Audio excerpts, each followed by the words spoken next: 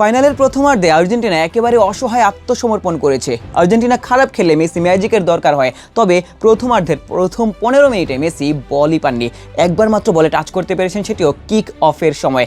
15তম মিনিটে যখন মেসি বল পায়ে টাচ করছেন, তখন প্রতিপক্ষের ক্যাপ্টেন, স্পেনের ক্যাপ্টেন রদ্রি মেসিকে ধাক্কা মেরেছেন, তাকে ফাউল করার চেষ্টা করেছেন।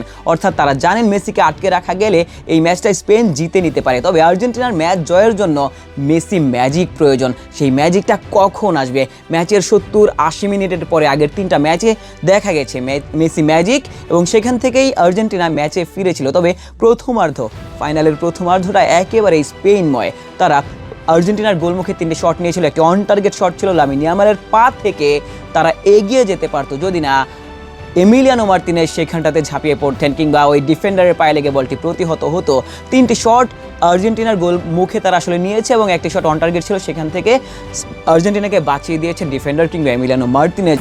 আমাদের উঠে দাঁড়াতে হবে, স্পিড সকল অন্যায়ের বিরুদ্ধে রুখে দাঁড়ানোর এনার্জি পার্টনার। তবে লামিন ইয়ামালরা ভয়ঙ্কর ছিলেন, তারা বারবার আক্রমণ করার চেষ্টা করেছিলেন ডিফেন্ডাররা। একজন লিসান্দ্রো মার্তিনেজ কিন্তু ইতিমধ্যে একটি ইয়েলো কার্ড খেয়ে ফেলেছেন। দ্বিতীয়ার্ধে যদি আরও একটি ইয়েলো খান, তিনি কিন্তু আসলে লাল কার্ড দেখতে পারেন। প্রথমার্ধে একেবারেই স্পেনের কাছে আউটপ্লেড হয়েছে আর্জেন্টিনা। একটি শটও স্পেনের গোলমুখে নিতে পারেনি, কোনো শট অন টার্গেট রাখতেই পারেনি। শটই যখন নিতে পারেনি, তখন আসলে অন টার্গেট কীভাবে রাখতে পারবে? দ্বিতীয়ার্ধে আর্জেন্টিনা কামব্যাক করতে পারে কিনা, মেসি ম্যাজিক দেখাতে পারেন কিনা? আর্জেন্টিনা যখনই আসলে দেয়ালে তাদের পিঠটা ঠেকে যায়, তখনই কিন্তু মেসি ম্যাজিকের দরকার হয়। বারবার বলছি, মেসি ম্যাজিকেরই দরকার। এই বিশ্বকাপে মেসি বারবার ম্যাজিক দেখিয়েছেন। দেখার বিষয় ফাইনালের মঞ্চে মেসি ম্যাজিক দেখাতে পারেন কিনা, আর্জেন্টিনাকে জেতাতে পারেন কিনা।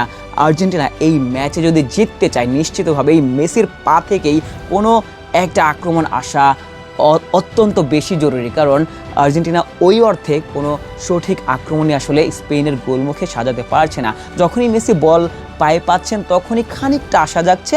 দেখার বিষয় সেই আশা থেকেই আর্জেন্টিনা গোল পায় কিনা, স্পেনকে হারিয়ে এই ম্যাচটা জিততে পারে কিনা। আশিক সারওয়ার, নিউজ 24।